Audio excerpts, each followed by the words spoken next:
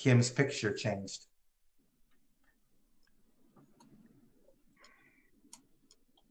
There's Mallory.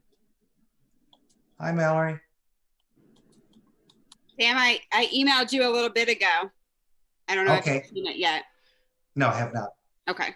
I think we can get this done for you tomorrow so that you can get it forward. And I don't even think you need to meet. I just need like some things added to the site plan that Amy did for you, like hands-on things. So I'll look at your email and I will respond promptly. Okay, I listed it out in there for you. So if you can do that, or your concrete contractor can do that and get it to me tomorrow, I can get you a permit tomorrow. That's not a problem. That's perfect. Thank you so much. You are welcome.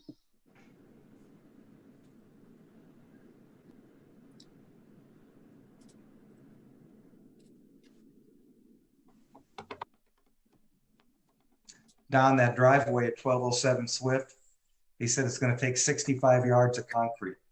Good grief. We're pouring it 6 inches thick. Yeah.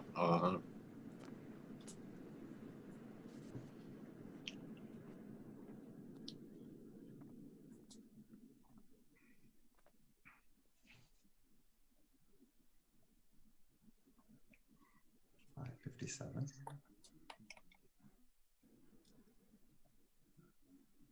Which one of the members of the screen that I'm looking at are actually on the Planning and Zoning Commission?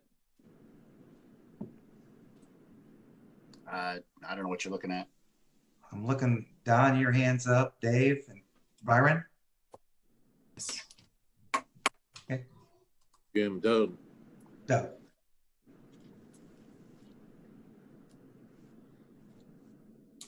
I don't see Doug.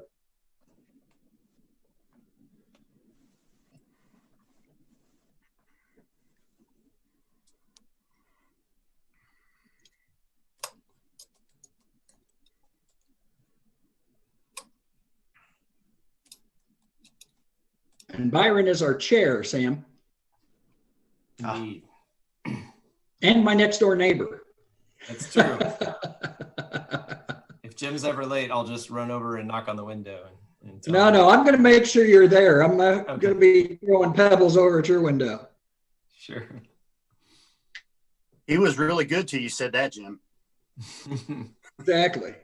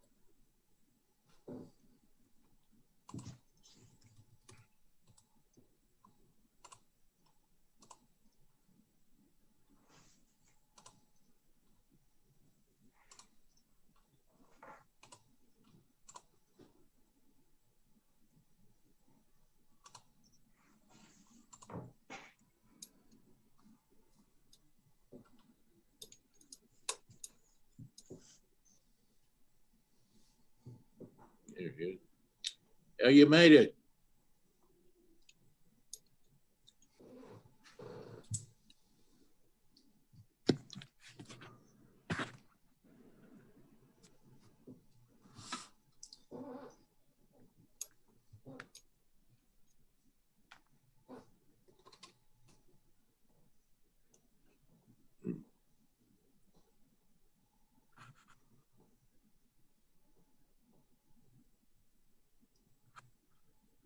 Hey, sir, am I on? Can you guys hear me? Yeah, we can hear it. All right. Sorry.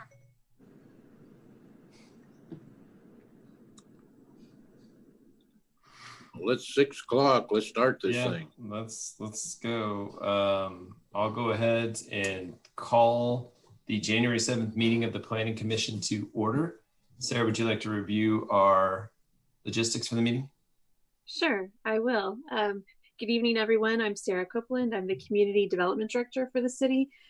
Due to the public health emergency, this meeting is being held virtually with the planning commissioners and city staff joining the meeting on an online platform. This meeting is being broadcast on Channel 2 and on the city's YouTube channel and is being recorded. We would ask if you are a guest here tonight or an applicant, if you would please turn off your video until we get to your item, and then you can turn your video back on to join in the discussion. We would ask everyone to remember to keep your microphone muted when you're not speaking. Please remember to identify yourself when you're making a motion or a second. That helps Mallory with the minutes. And every vote will be taken by roll call. You must be visible on your video in order to vote.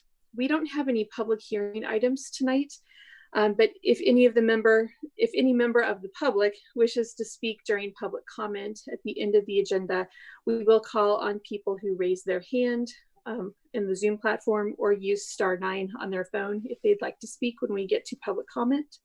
Any questions about our procedures tonight? Getting a little bit more familiar, then that's all of our logistics. Okay, thank you, Sarah. Item number 2, an approval of the agenda for January 7th, 2021. Hey, Byron, Yes. for the record, can I just call the roll for attendance purposes? Yes, I was gonna, yes, go ahead. Okay. Commissioner Spencer. Yes, here. Commissioner Barnes. Here. Commissioner Wood. Here. Commissioner Roberts. Here. Commissioner Dunn. Here. Commissioner DeLong. Here. Mayor Stilo. Yes. Good to go. Okay. With that, looking to approve the agenda for the January 7th, 2021 meeting. Is there a motion to approve the agenda? So moved. Second. Commissioner And Spencer. Yes, approved. Commissioner Barnes. Yes. Commissioner Wood. Yes. Commissioner Roberts. Yes. Commissioner Dunn. Yes. Commissioner DeLong. Yes. Mayor Stilo. Yes. Okay, moving along. Item 3, approval of the minutes from December 3rd, 2020. Is there a motion to approve the minutes? So moved. Commissioner Wood, so moved. And do I have a second? Untitled. Commissioner Spencer. Yes. Commissioner Barnes. Yes. Commissioner Wood. Yes. Commissioner Roberts. Yes. Commissioner Dunn. Yes. Commissioner DeLong. Yes. Mayor Stilo. Yes. Okay. Item 4, exception to fence standards, United Rentals, PC 2021-01. This is the application for approval of an exception to the fence standards. And can we have a staff review of procedure? So this is kind of an interesting agenda tonight. Neither of these items are public hearings, but it's the first time we've heard either of this type of application. This first item is an exception to the fence standards. When we adopted the new zoning ordinance, the fence standards didn't really change, but they did move into the zoning ordinance. And we also now allow for people who need an exception for some reason can come before the Planning Commission instead of applying for a variance, which is a more complicated process. So the agenda item tonight is at the Planning Commission's discretion. This is not a recommendation item. It doesn't go to the City Council. It's just for you to hear from the applicant and then to make a decision. And we have Cindy Williams and Daniel Hufford are here tonight representing the applicant. If you'd like to go ahead and call on them for a presentation. Sure, let's have the applicant give us a presentation. Hi, good evening. My name is Cindy Williams. I am with Amarok. I thought maybe staff was going to make a presentation, but I'll be glad to make it. This is for a security system that is for the United Rentals and on one 1110 Quebec Street. We are actually a burglar alarm system, but it does include a 10-foot tall battery powered fence that goes behind an already existing perimeter non-electrified fence. This is very common throughout United Rentals. It's very common throughout the country. However, it's only been around for about 25 years or so, and many local codes have not addressed it, because until a business like us approaches you for a permit, you've never thought about an electrified or battery powered fence in a security application. You've typically only thought of that in an agricultural type setting. However, this is a very safe, very secure, like I said, it's battery powered. It's not even on the grid. It's very effective in stopping crime or stopping intrusion, not just reducing it, but stopping it. That's what our customers say. And companies as big as a United Rentals, that if they're using this across the country, then they're not going to put their reputation on the line for something that they don't believe in. It is a very, very safe, very effective system. As I said, it goes behind a non-electrified perimeter fence. So in order for someone to come in contact with this system, then they have to be trespassing already. And what it does is if someone does breach the perimeter and sets off this alarm, it really is an alarm system. It sets off an audible alarm locally at the site. Plus, it also is a monitored alarm. So just like you see the ADT commercials or the Brinks Home Security commercials, it places a phone call. Anytime somebody breaches the perimeter, it places a phone call to the business owner, where the business owner then can view cameras. There's multiple ways they can verify the alarm, which is very important to law enforcement. So it becomes a verified alarm, and then they decide whether or not to call for, first responders to dispatch. But because it is a monitored burglar alarm system, but it just includes this 10-foot tall fence. And the reason it has to be 10 feet tall, it has to be 2 feet taller. Let me see if I can just show you an example. You have two fences that are the same height right here, then the bad guys just climb up, throw a ladder up, or climb up over the outside non-electrified fence, and they just jump over, because we're like 3 to 12 inches behind this non-electrified fence. But if you raise that 2 feet taller, as you can see right there, if you're 2 feet taller, then it creates a barrier that those bad guys cannot penetrate. So that's why we have to be a little bit taller than the non-electrified perimeter fence. I'm happy to answer any questions. I know you probably are familiar with some of these type fences, and I don't want to overextend this session, but I'm happy to answer any questions and give you any more information that you need.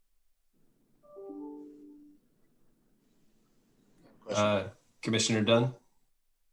Just a quick question. So just because of my own ignorance, honestly. So the purpose of this system is not to shock someone per se. It's an electrification that allows the monitor to be triggered so that you then know that the alarm has been set. Well, that is correct. However, it does produce a slight static type of shock that is very, very, very short, 1/10,000th of a second in duration. And to tell you the truth, I have to touch these fences about once a quarter. When I'm in the office, about once a quarter, I touch these fences just to keep myself honest. It's kind of like walking across carpet on a cold winter day and grabbing the door handle. And you go, ouch, doggone it, that hurt. But it doesn't knock you over and you don't fall down and have a heart attack. It's very akin to that. Very much patterned after an agricultural fence, a cattle fence, but it has so many more safety features, and it comes in at much less of the allowable strength that it's very, very safe. That makes sense. Thank you. Other questions? Commissioner DeLong? No, so to kind of tag along on that question, do you have any statistics? I tried to do some research. It looks like there hasn't been any deaths as a result of your fencing system. What about severe injuries? And can you confirm the deaths? I applaud you for doing that research, and you are correct. If you search the OSHA database, you will not find any deaths or injuries, serious injuries or anything from electric security fences since its inception. As I said, I touch it all the time, or about 4 times a year. I touch it. As you can see, I'm okay. It just can't. I mean, we've had this fence studied and by the experts on pulsed security. It's pulsed security, and it's 12-volt battery powered. So it doesn't even plug into your grid. It's off the grid. It's powered by a golf cart battery or a car battery. Which, I mean, from what I was reading was good, because that definitely puts it in the non-correct category, just from what you're mentioning there. Right. It doesn't even cause black or red marks on your hand when you touch it. It doesn't burn you at all. How many properties around the country have you already installed a similar fencing? Great question. We have about 4,500 to 5,000 installations. I don't know. We had such a banner year this past year. Everybody was needing it. The economy was horrible, but our business did well because the economy was horrible. But we have about 45 to 5,000 fences across the country. We did some quick looking today in our database, and I apologize, we were shorthanded today too, and I'm kind of pinch hitting for somebody who had an emergency today. But it looks to me like that in Missouri, we have about 10 cities that have already approved us. And many around, I don't know exactly, I'm from South Carolina, but I don't know exactly the geography, but we looked today, there's about 10 cities that have already approved us in the state of Missouri. One more question. So following up on what you just said, you mean approve as in individual approvals like what we're doing tonight, or changed entire zoning codes to allow it? Many different ways. Many different ways. Okay, all the above. Okay, yeah. Perfect. Thank you so much. You're welcome. Don Steele, you have a question? Yeah, I assume that we're doing this because you've had theft. Yes, sir. That is exactly right. There are many national customers that use us as their go-to when they're building out a property. They've used us so many times, and they believe in it that they use us when they build out a property. United Rentals has us in many, they're a big customer of ours, one of our big customers. So, but and again, I'm pinch hitting for somebody. I'm not sure of the actual theft history there, but I'm assuming that they have a theft history, and or they've had a recent theft problem, and that's why they have come to us. That they've tried other means of securing the property and have had no success in it.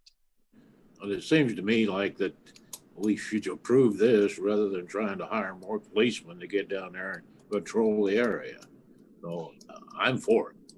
And that's a great point. When we install this system, it actually helps your first responders because it cuts down on, they don't have to patrol that area. It cuts down on theft incidents. And if you're not having to send a policeman out there to take a report, try to chase down the bad guys, they can be somewhere else, patrolling residential areas or wherever, but it actually stops crime in and around that area. It's a very effective system.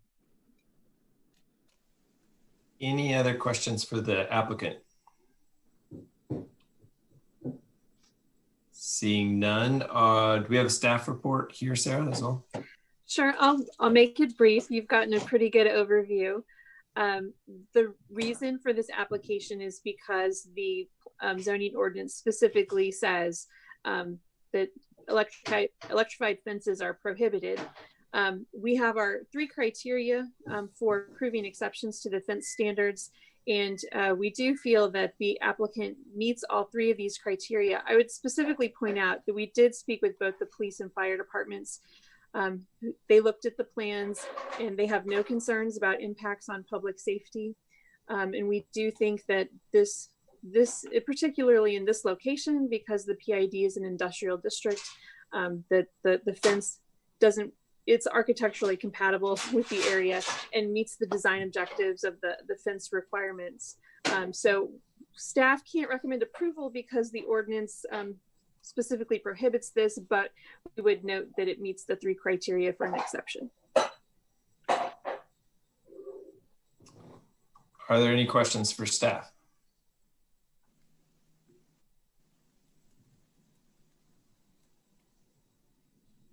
Okay, seeing none for the commissioners, is there a motion on case 2021-01? I would. Right along. Go ahead. Mayor, Commissioner Steele had his hand up. Mayor Steele. Yes. Sarah, do you have any stipulations or anything that we should consider in this? No, sir, we do not. Okay. Well, I move we approve. Do I have a second? Second. Third. Valerie, will you call roll for us? You're on mute, Valerie. Good grief. Commissioner Spencer, Yes. Commissioner Barnes, Yes. Commissioner Wood, Yes. Commissioner Roberts, Yes. Commissioner Dunn, Yes. Commissioner DeLong, Yes. Mayor Stilo. Yes. Motion passed. Okay. Can I ask a question? I guess we are just concerned about what are our next steps? Do we have to apply for anything else, or can we just go build? I can't remember, Danielle, did you submit a building permit application to me originally? It feels like so long ago that we originally started talking about this. Sorry about that. I was on mute. Yeah, I did, and I was just looking at it again, and it appears that I don't have an owner's signature on it, and I'm wondering if that's required, and I can get that for you guys. No, that'll be fine. You don't need that. So Okay, at yeah. this point, then I can readily issue the permit as early as tomorrow. That would be great. Thank you guys so much. You're welcome. You'll get an email from me with that. Okay, thanks, Mallory. And Mallory, will there be inspections required, or do we just go build and we're done? No, there would be a final inspection required. Okay, great. You'll just let me know. Thank you so much. You're welcome. Thank you so much, Mrs. We appreciate everything. Good evening. Thank you, ladies. Moving on, agenda item 5, the alternative parking plan. This is PC 2021-02, application for approval of an alternative parking plan. Do we have a staff review of procedure? So again, a new type of application, but the section about parking does allow for the Planning Commission to approve plans that vary from the design standards of that section, provided certain conditions are met. This is not a public hearing item, and you all make the final decision. It does not get referred to the City Council. Sam Scarfino is our applicant. So if you'd like him to take it from here to describe what he's planning to do, I'm sure he'd be happy to. Yeah, certainly. I bought the building at 1201 Swift probably 12 years ago. Adjacent to 1201 Swift was 1207 Swift that contained Bob and Cliff's Machine Shop, which has been a rundown structure for years. I was shocked that the thing hadn't burned down many, many years ago.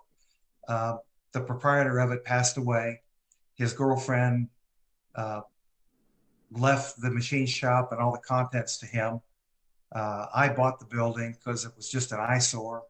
And I thought, well, perhaps we could put more parking for 1201 Swift. The tenant is running pretty tight on parking, and street parking is limited. So we bought it, and I ended up having disposed of the machine shop equipment, blocks, heads, camshafts, all those things I know nothing about. So I'm sure people got a lot of really good bargains. We have the structure demolished. We got a demo permit that was completed about a week ago.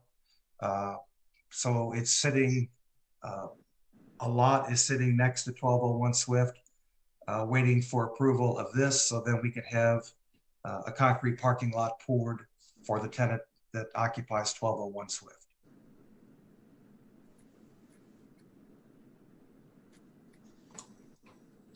Okay, are there any questions for the applicant?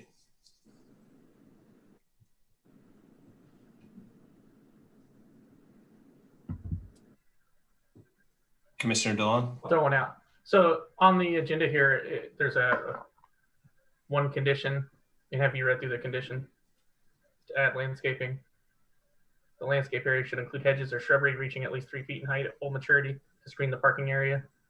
Did you see that? That was for Sam. I'm sorry. I wasn't aware of that. Could you repeat that, please? It says staff recommends approval of the submitted alternative parking plan with one condition, that the landscaped area shall include hedges or shrubbery reaching at least 3 feet in height at full maturity to screen the parking area. As required. That should be fine, because we have about a 350 square foot landscape area that is going to be sprinkled, and so that shouldn't be a problem at all. I have no issue with that at all. Perfect. Thank you. I move to approve. Do we need to have any? There is one item that I just want to make sure there weren't any other questions for the applicant first. Seeing none, and then do we have a staff report, Sarah? I didn't know if there were going to be any questions. I can give you a staff report. Okay, I would note there are two main deviations from the existing standards that really are required here to facilitate this. We do have a 6 foot setback for parking areas, and so this lot is so narrow that would be difficult. And then there's a 15 foot aisle width for one-way traffic. So really those are the two main things that we need your approval for Sam to vary from those, to have no setback and to have a narrower aisle. We do have precedents very close by. A slightly different situation, but the parking area to the side of Smoking Guns is very similar to this design. And I would note that this plan also would slightly vary the distance for backing out from that first parking space. Instead of 20 feet, which is required by the ordinance, it's 18 and a half. But that could actually be approved by staff because it's not as big of a change. The condition that you mentioned, Commissioner DeLong, is actually a requirement of the ordinance. And so that's why we've listed it here. And that's the staff report really. Staff would recommend approval with the one condition. Sounds like you're ready to do that already. Perfect. I move we approve with the one condition. Second.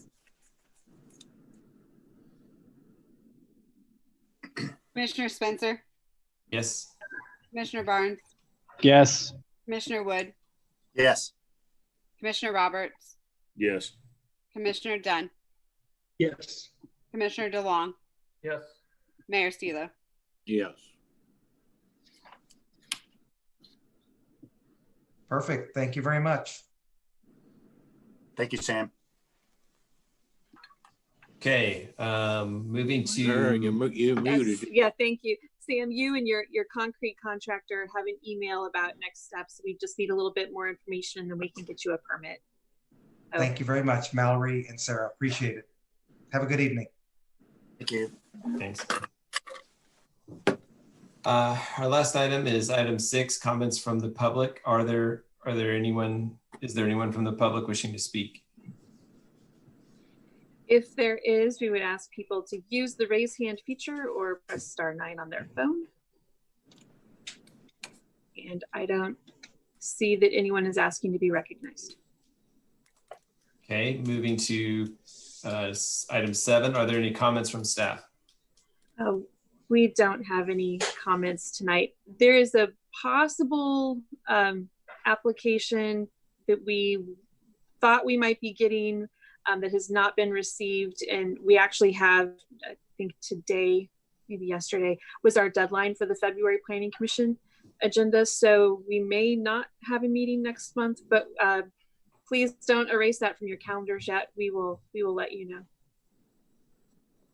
Thank you. Any comments from the commissioners? Commissioner Dunn? Just real quick question for those of you, Commissioner DeLong, when it comes to the electric fences, is that something that we need to make a change possibly in ordinance? My guess is if the technology's changed, it may be possible to codify this rather than having to come back every time now. It sounds like, particularly in commercial areas, this is maybe something that we begin to see more of, as opposed to them having to do this every time, but I don't know if that's an option.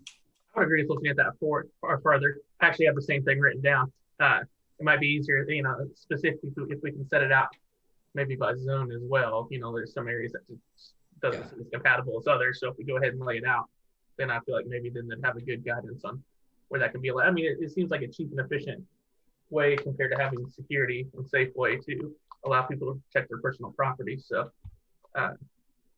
no, yeah, we can look into that.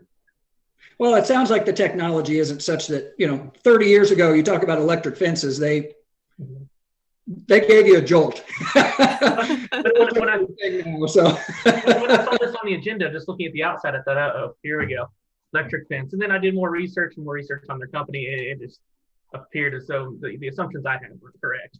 Yeah, this is a standard, just safety alarm system now. So yeah, thank you. I appreciate your time. Well, thank you. I would think we might want to just wait and see, because this is one, right? We've had one. If it starts happening more, then yeah, we probably should look at more permanent solution. I agree.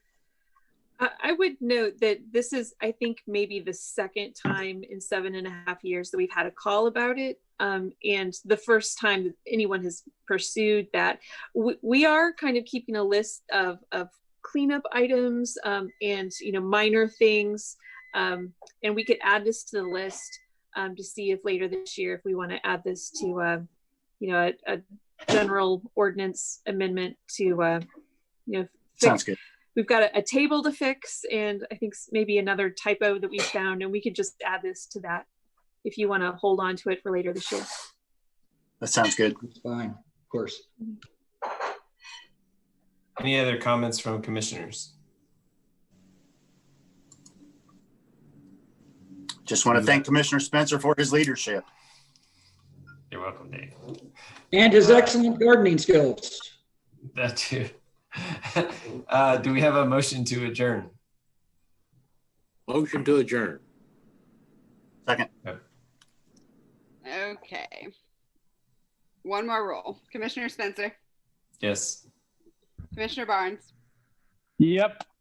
Commissioner Wood. Yes. Commissioner Roberts. Yes. Commissioner Dunn. Yes. Commissioner DeLong. Yes. Mayor Stilo. Yes. All right, we're adjourned. We're done. Thank you, Sarah. Everyone. Bye.